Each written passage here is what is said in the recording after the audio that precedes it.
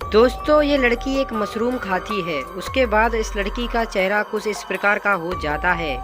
उसके बाद ये लड़की डॉक्टर के पास जाती है। डॉक्टर इस बीमारी को किस प्रकार ठीक करते हैं आइए जानते हैं 3D एनिमेशन वीडियो के द्वारा।